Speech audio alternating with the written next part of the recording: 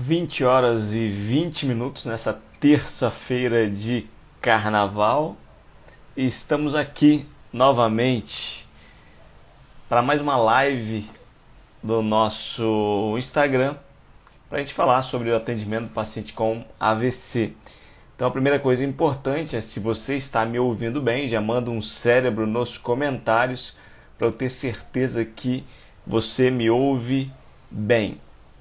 E além disso, o assunto de hoje nós vamos falar muito sobre o que vocês escolheram na semana passada para a gente conseguir tratar sobre esse assunto, que são os 10 passos para o atendimento seguro do paciente com AVC. Lembrando, essa é uma aula que eu tenho muito conteúdo prático para você levar para a sua vida e você vai aprender muito aqui nessa aula de hoje. É muito bom que você, nessa terça-feira de carnaval, vai estar aqui comigo e você não vai se arrepender por estar aqui hoje e você vai levar muito conteúdo prático para você. Então a primeira coisa, se prepare que vai ter muito conteúdo. É claro que todo conteúdo completo você pode ter no curso IPNAH, esse curso completo do atendimento do paciente com AVC, e a abertura das inscrições vai ser no dia 7 de março, somente para quem estiver no grupo VIP de WhatsApp. Também hoje, após a live, 10 minutos de grupo aberto para tirar dúvida diretamente comigo. Então quem estiver lá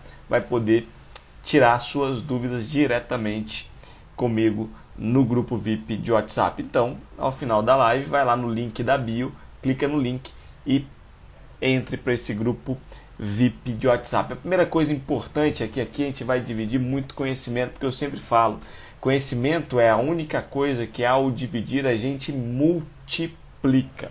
E para a gente dividir isso com mais pessoas, já aproveita e aperta esse botão que faz com que esse nosso conteúdo chegue a cada vez mais pessoas. Então aperta já o seu botão de curtir e encaminha para as pessoas também essa live, para que mais pessoas possam dominar esse conteúdo que é tão importante nesses dias de hoje, pela alta incidência dessa doença que leva a uma alta incapacidade também. Então a primeira coisa importante que eu preciso que vocês entendam é por que você deve saber o atendimento do paciente com AVC. Lembrando, é a principal causa de incapacidade em todo o mundo. Nós temos um AVC a cada 3 segundos no mundo. Uma a cada 4 pessoas vai sofrer um AVC durante a vida. Então perceba, é uma doença que é extremamente comum e vai chegar cada vez mais no seu atendimento. Então você precisa dominar esse assunto para que você consiga atender de forma correta, atender de forma ágil, rápida e eficaz, e com isso você consiga mudar o prognóstico da vida desses pacientes, para que essa doença que leva tanta incapacidade possa não levar para o paciente que você vai atender. Então um detalhe muito importante que eu quero falar com vocês: 10 passos seria muito longo para a gente fazer em uma aula só. Então eu vou dividir essa aula de 10 passos nessa parte 1, que é hoje, e na próxima terça-feira, às 20 horas e 20 minutos, a parte 2. Então essas duas partes nós vamos aprender os 10 passos para atendimento seguro do paciente com AVC. Então já faça esse compromisso comigo. Na próxima semana você vai estar presente aqui para a gente conseguir dividir todo esse conhecimento, para você atender de forma rápida e direta esses nossos pacientes. E um dado muito importante, que eu sou um colecionador de histórias. Eu não sei se você também é,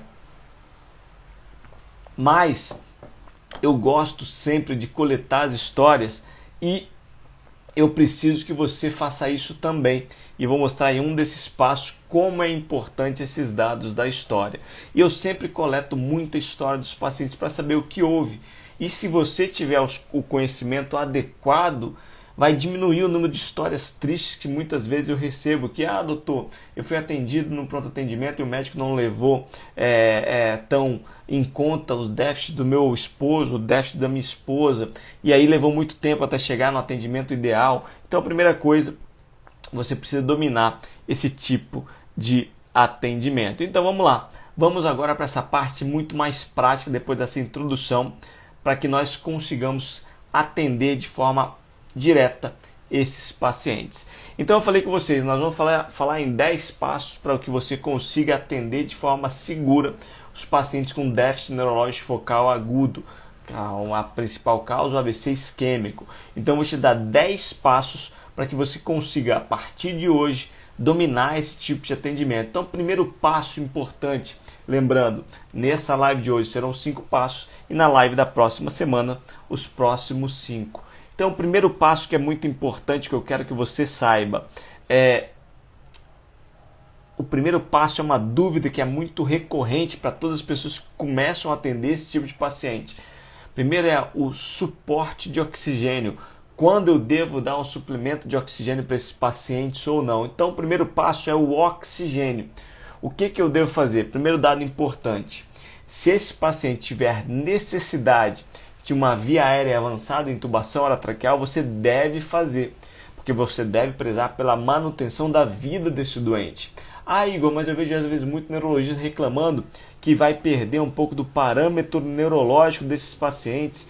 Eu devo fazer essa intubação orotraqueal, sim ou não? Deve fazer, não me importo com a avaliação neurológica desse paciente se ele tiver necessidade de uma via aérea avançada. Então faça a intubação desse paciente se for necessário.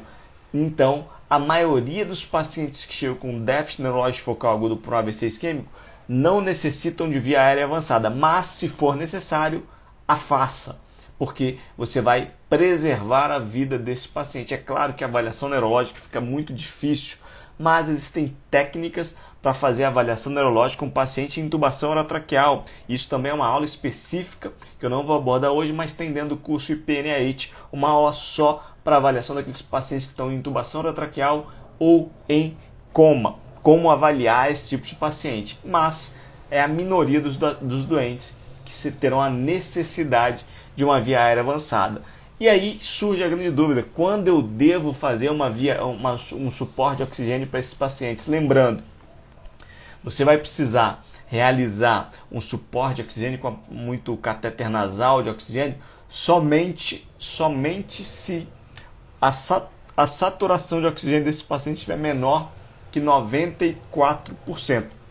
Então guarde esse número, o número principal é 94. Se uma saturação tiver menor que 94%, aí sim, você vai botar um catéter de O2, uma máscara de oxigênio nesses pacientes. Mas se a saturação de oxigênio tiver maior que 94%, não há a menor necessidade de dar suplementação de oxigênio para esses pacientes. Lembre sempre desse detalhe, 94. Menor que 94, aí sim você vai pensar. Então são dois cenários que você vai precisar dividir muito bem na sua cabeça nesse passo 1.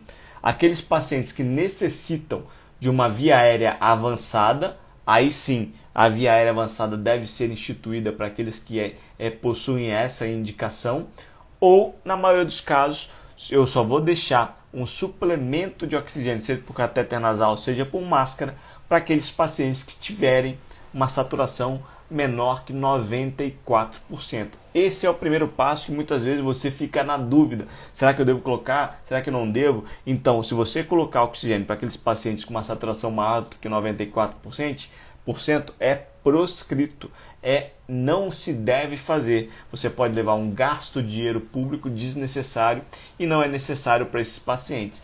E a maioria deles não precisa de suplementação de oxigênio. Então esse é o nosso primeiro passo. Lembrando, essa aula de hoje, 5 primeiros passos. E se você vier comigo, já comenta aqui, hashtag eu vou. Que semana que vem, no dia 28, terça-feira, às 20 horas e 20 minutos, vai ter a aula dos 5 últimos passos, a parte 2 dos 10 passos para atendimento seguro dos pacientes com AVC. Hoje, os 5 primeiros passos. Então, se você vem comigo, você já comenta hashtag eu vou, como a Maíra já comentou o hashtag eu vou. O primeiro passo é o oxigênio, que nós acabamos de ver. Esse é o primeiro passo. Vamos caminhar então para o segundo passo importante. Esse segundo passo é outra coisa que dá muita dúvida para você que atende esse tipo de paciente. Então, qual que é essa dúvida que muitas vezes você tem, que você precisa saber? A primeira coisa que você precisa pensar é: Será que é necessário fazer uma medicação antihipertensiva? E o segundo passo, eu sempre brinco que o segundo passo é o oral não. Então grave essa frase, a primeira fase do passo 1 é 94. Isso você precisa gravar. E agora no segundo passo é oral não. E o que eu quero dizer com oral não? Oral não, eu quero dizer para aqueles pacientes que chegam no seu atendimento com um déficit neurológico focal agudo, você nunca deve fazer uma medicação antihipertensiva oral. Jamais faça isso, porque você perde completamente o controle desses pacientes. Então perceba, se tiver necessidade de medicação antihipertensiva, eu devo fazer medicação antihipertensivas tituláveis. O que eu quero dizer com medicação titulável? São aquelas medicações que eu consigo controlar. Ah, caiu muito a pressão, eu diminuo a infusão dessa medicação. A pressão ainda está muito alta, eu aumento a infusão.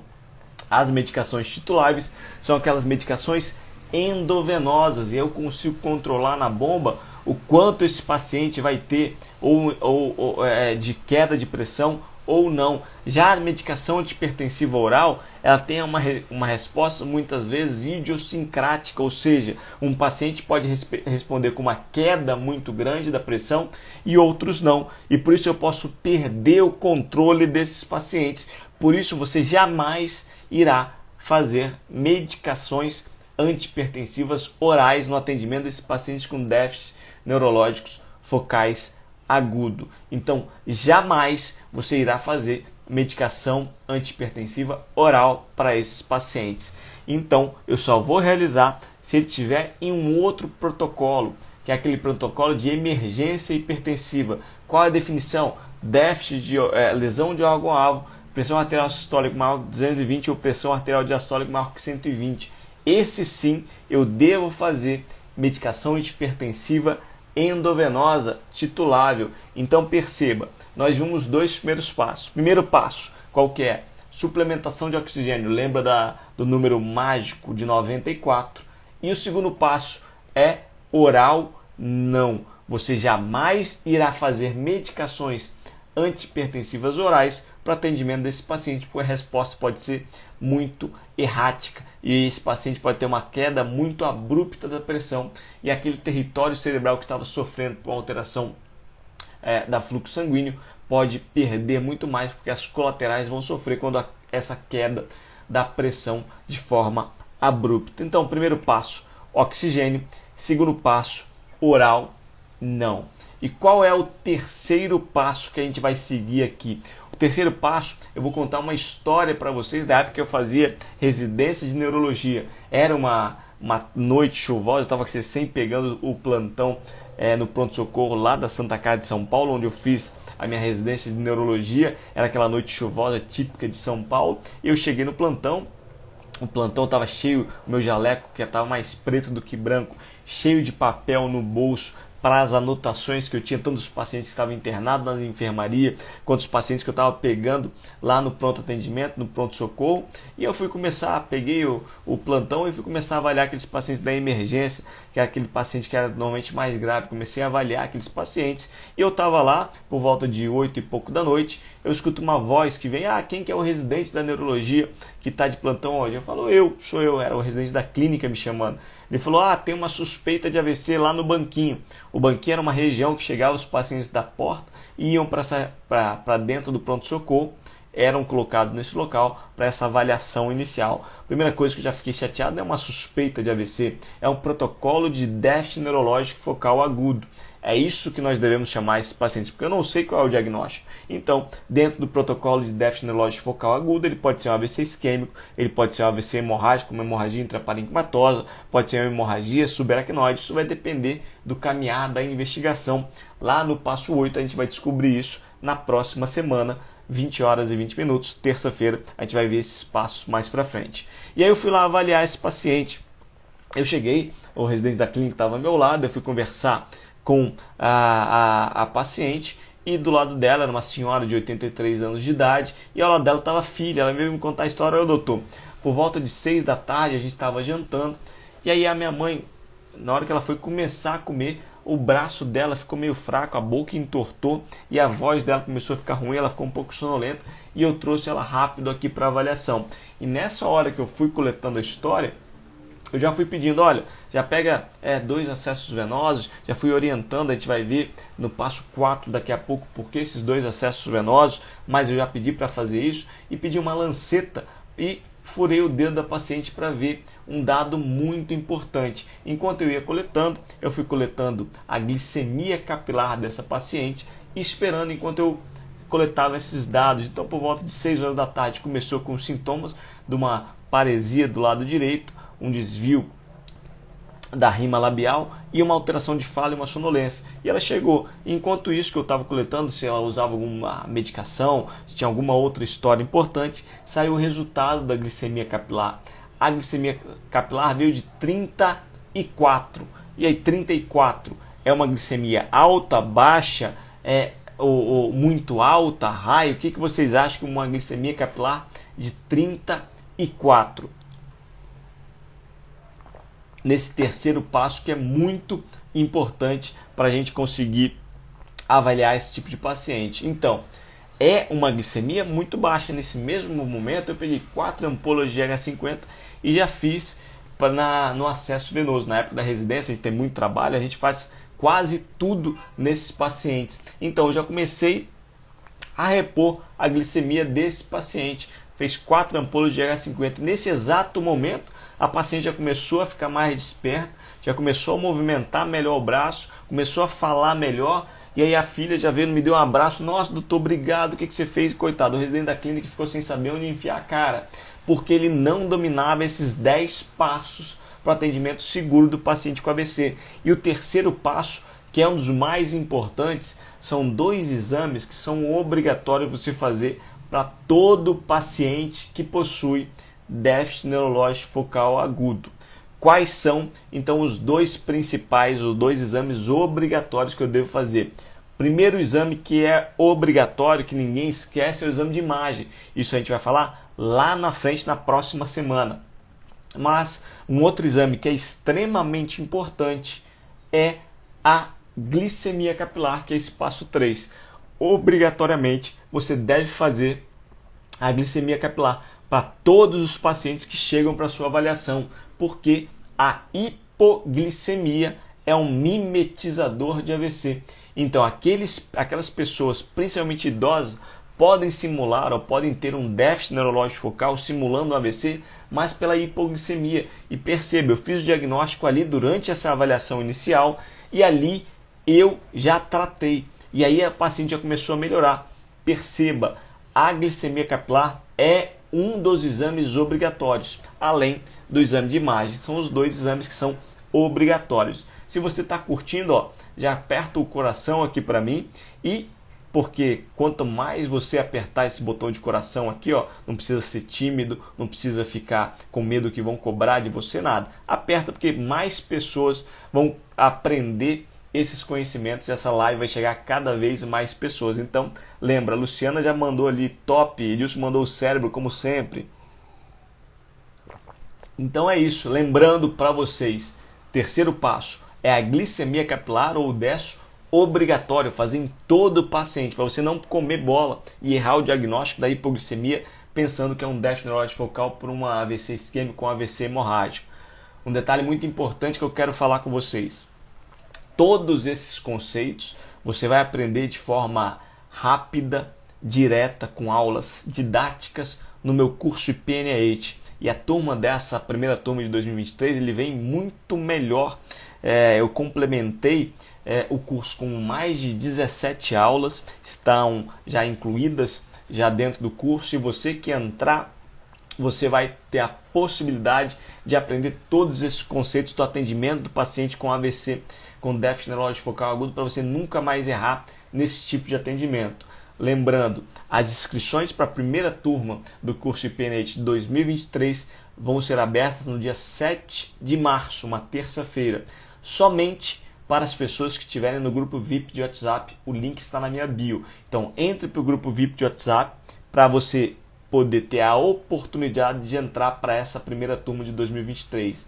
E além disso, terá um desconto exclusivo somente para quem estiver dentro do grupo de WhatsApp. É somente para essas pessoas que vai ter o desconto exclusivo. Após isso, vai ter a abertura do curso para as demais pessoas, mas o desconto exclusivo somente para quem estiver no grupo VIP de WhatsApp. E após cada uma dessas lives, lá no grupo, a gente vai ter 10 minutos de discussão das dúvidas, o Tira Dúvidas, ao vivo, lá nesse grupo VIP de WhatsApp. Após cada uma dessas lives, na live de hoje, quando acabar 10 minutos eu vou estar lá discutindo com vocês, tirando todas as dúvidas de vocês, e na próxima semana também, e na próxima semana, na outra, no 7 de março, quando a gente abre também, a gente vai tirar todas as dúvidas sobre o curso, quanto tempo dura, tudo isso lá no dia 7 de março também.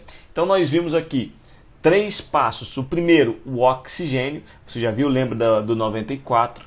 O segundo passo, você viu e reviu que é o oral, não, jamais você vai fazer medicações orais. E o terceiro passo é a glicemia capilar. São os 3 passos importantes que você precisa lembrar. E seguindo um pouco mais, a gente vai para o quarto passo. Eu até comentei nessa história que eu contei para vocês, que eu pedi para pegar o que? 2 acessos venosos de forma constante e metódica. Você deve fazer a solicitação de 2 acessos venosos para esses pacientes. E eu vou explicar o motivo. Mas para você gravar o quarto passo eu chamo do MOVE diferente. O MOVE diferente no atendimento desses pacientes para que você jamais erre nesse tipo de doente. Todos os pacientes que chegam com urgência e emergência no seu pronto atendimento, você faz o MOVE, que é monitor, oxigênio e veia. Monitorização, já desde o início você precisa monitorar esses pacientes, até para você ver, preciso de suporte de oxigênio lá no passo 1 ou não, como é que está a pressão arterial desse paciente, será que é uma emergência hipertensiva e eu preciso fazer uma medicação titulável. Oxigênio, você aprendeu no primeiro passo, então o MOVE, o O do MOVE é o oxigênio que você já viu. E o V, que é acesso venoso. E eu falo que é um MOVE diferente, por quê? Porque no paciente com déficit neurológico focal agudo, obrigatoriamente o MOVE tem que ser o MOVE 2V, porque eu preciso de 2 acessos venosos calibrosos. E por que isso, Igor? Você me pergunta. Tudo tem uma explicação e eu quero explicar tudo isso para você, e eu explico tudo detalhadamente lá no curso IP para que você consiga entender cada um dos passos, e você vai perceber como fica muito mais fácil quando você estiver atendendo os pacientes, você entender toda essa estrutura. Então, por que o MOVE 2V é importante? Porque você vai fazer um acesso venoso que pode ser utilizado, por exemplo, para essas medicações tituláveis endovenosas, qualquer medicação, aquela que você tem mais hábito de utilizar no seu serviço, então metoprolol, nitroprusiato, qualquer um desses você vai conseguir utilizar, dependendo, então você tem um acesso para isso, e um outro acesso que pode ser utilizado lá no passo 9, que a gente vai ver na semana que vem, que é o tratamento do paciente com AVC isquêmico, então precisa de um acesso para cada uma dessas coisas.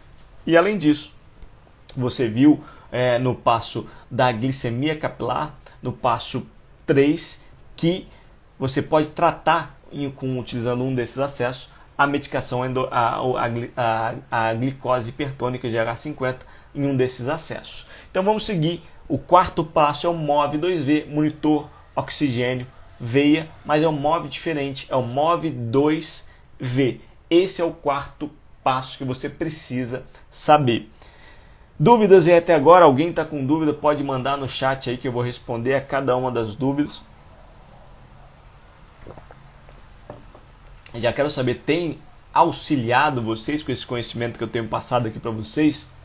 Eu vou passar sempre. A minha função e o meu propósito de vida é fazer com que você, que é médico, estudante de medicina, acabe com a neurofobia e consiga atender de forma rápida, direta esses pacientes e mude o prognóstico de vida desses pacientes, para que aquelas histórias que a gente recebe muitas vezes, demorou muito atendimento, não solicitou o exame necessário, fique cada vez mais rara, que você consiga com esse conhecimento atender cada vez melhor. Então nós vimos os 4 passos, vamos agora para o quinto e último passo da aula de hoje. A próxima semana nós vamos ver os 5 últimos passos. Qual então é o quinto passo para esse atendimento? É o mais potente exame que existe. Qual que é? Comenta aqui para mim. Qual que é o mais potente exame que existe? Que é esse quinto passo, quinto e último passo dessa parte 1. Qual é o mais potente exame que existe na nossa prática que você precisa fazer nesse passo 5? Fala para mim, comenta aí no comentário qual é que você acha o exame mais potente que vai ser desse passo 5. Alguém sabe?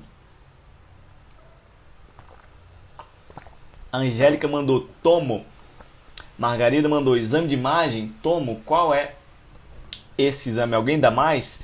Alguém sabe alguma outra possibilidade? Lembra, já que você comentou, já aperta o curtir e aperta esse aviãozinho e encaminha para quem você acha que também vai curtir. Lembrando, essa live vai ficar até a próxima semana disponível. O exame mais potente que nós temos é a anamnese. A anamnese é o exame mais potente que você possui e você precisa realizá-lo de forma precisa para você investigar esse tipo de paciente. Então, a anamnese é o passo 5. Obrigatoriamente, você precisa realizar a anamnese desses pacientes. Mas, lembrando, tempo é dinheiro. Quem falou a primeira vez foi Benjamin Franklin. Depois o pessoal da cardiologia falou tempo é músculo. Que quanto mais rápido você abrir uma coronária, maior vai ser o salvamento de músculo. E nós, depois da neurologia, pegamos e falamos que tempo é cérebro. Por que tempo é cérebro? Eu preciso, quanto mais tempo uma artéria ficar fechada, 1 minuto de oclusão de um grande vaso são 12 mil neurônios que se perdem. Então eu preciso que vocês entendam que você precisa fazer uma anamnese sempre, mas uma anamnese direcionada, para você não ficar perdendo tempo. Então eu preciso realizar, lembrando que a anamnese, você consegue fazer quase 80% dos diagnósticos.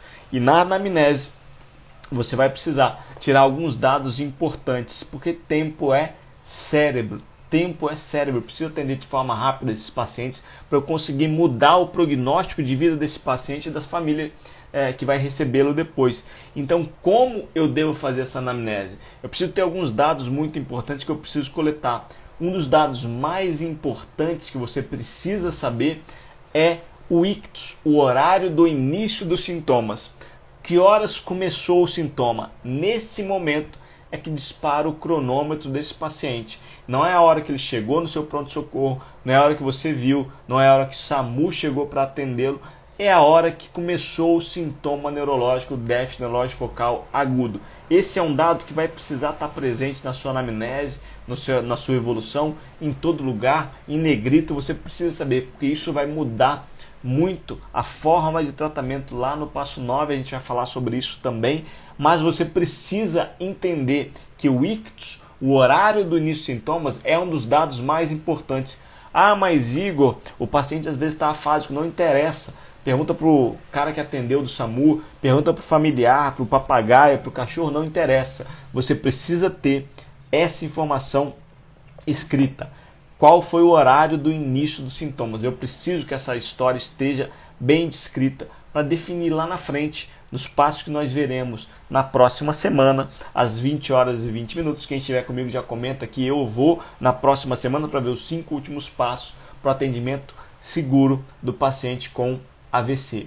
Então, o horário do ictus é um dos mais importantes dados que precisa estar. Mas só isso, Igor, porque lembra, tempo é cérebro, então eu preciso ter isso. Eu preciso ver que esses 5 passos você precisa dominar e na próxima semana, às 20 horas e 20 minutos, nós nos veremos novamente para os 5 últimos passos. E lembrando, no dia 7 de março, quem estiver no grupo VIP de WhatsApp, o link está na minha bio, vai ter a oportunidade de entrar para a primeira turma de 2023 do curso IPNH, onde você vai aprender de forma detalhada todos esses conceitos, de forma muito didática, para que você consiga entender cada um desses assuntos. Então, na próxima semana, nós teremos então os 5 últimos passos, revisando aqui os primeiros passos. Primeiro passo, o oxigênio. Segundo passo, o oral não. Terceiro passo é a glicemia capilar ou destro. O quarto passo é o MOVE diferente, o MOVE 2V. E o quinto passo é o nosso exame mais potente, que é a anamnese, que você precisa ter o horário do início dos sintomas, que isso vai definir muito lá na frente quando que nós podemos tratar esse paciente, como nós iremos tratar esse tipo de paciente, tá certo? Espero que essa aula de hoje, na terça-feira de carnaval, tenha sido muito proveitosa para você, que você possa já aplicar algum desses conceitos muito práticos na sua vida diária, para que você possa ajudar os pacientes e fazer aquilo que é o nosso propósito aqui de vida, é mudar o prognóstico de vida dos pacientes que sofrem AVC. Eu espero que você venha comigo nessa jornada para que a gente consiga mudar a vida desses pacientes. E lembrando, nós temos um AVC a cada 3 segundos no mundo, uma a cada 4 pessoas vai ter um AVC, vai ser cada vez mais frequente o AVC, e você precisa dominar. Ah, Igor, mas eu não sou neurologista, não interessa. Vai chegar no seu pronto atendimento e muitas vezes não tem um neurologista de plantão, e você vai ser responsável por mudar a vida desses pacientes. E eu quero que você venha comigo nessa jornada para a gente conseguir mudar a vida de mais pessoas e mudar o prognóstico das pessoas que sofrerem um AVC. Então esse foi a primeira parte 1 dos 5 passos. E agora, quem tiver lá no grupo VIP de WhatsApp, o link está na bio, vão ser 10 minutos de tira dúvidas de grupo aberto para você enviar todas as suas dúvidas. Pode ser dúvidas sobre a aula de hoje, sobre a aula de tomografia que a gente já falou, sobre o ASPECT, sobre o NIH, sobre os próximos 5 passos, sobre dúvidas sobre o curso. Tudo isso a gente vai poder discutir nesse nosso grupo VIP de WhatsApp. O link está na bio, não perca essa oportunidade. E somente quem estiver lá no dia 7 de março vai poder ter a oportunidade de entrar para essa primeira turma com um desconto exclusivo para essas pessoas, tá certo? Espero que vocês tenham curtido aí essa aula de hoje. Eu espero vocês na próxima semana, terça-feira, para a aula da parte 2 dos 10 passos do atendimento seguro do paciente com AVC, com déficit neurológico focal agudo. Um grande beijo e fique com Deus. E vamos juntos mudar o prognóstico de vida dos pacientes com AVC. Um grande abraço. Tchau.